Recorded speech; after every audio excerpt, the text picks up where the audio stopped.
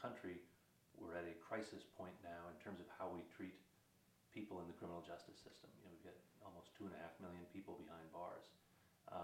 And it just seemed to me that this is the civil rights struggle of our time, and I wanted to be a part of it. Professor J.D. King, head of the Washington and Lee University Law School's Criminal Justice Clinic, didn't know what he wanted to do when he started law school, but a summer at a public defender's office changed his mind. You know, it's intellectually challenging. It's competitive, you know, frankly, which is fun, and you're helping. King's Clinic gives students the opportunity to work as public defenders for low-income people in Rockbridge and surrounding counties. It's a field that not many are initially inclined toward, but attorneys like King and public defender Peter Boatner say it's a necessary one. You know, each person we deal with, whether it's a misdemeanor, shoplifting, or whether it's capital murder, you know, that person's having the worst moment of their life, or one of the worst moments, and they're scared and they're nervous. And if you take that into account, you can tell them what you can do for them, what they can expect, and just giving them that little game plan often, that's what a lawyer can do. Public defenders often handle heavy caseloads with little resources and aren't paid as well as private attorneys.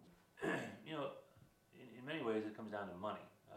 And Virginia's not alone in this. It is, you know, has historically been one of the worst states in terms of providing quality representation to people charged with crimes. It's expensive.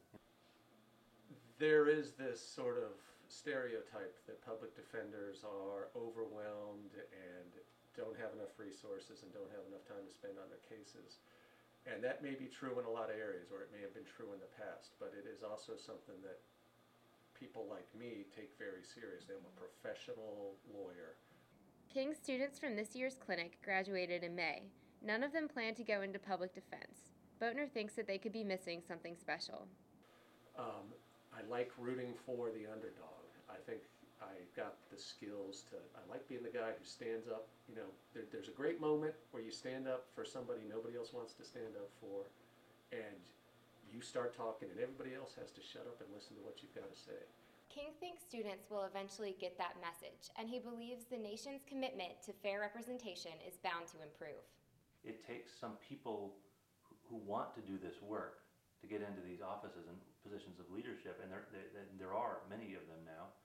And then I think gradually you have this shift of culture where this is extremely rewarding work and extremely interesting work, and there'll be a generational shift, and there will be a change. I'm hopeful.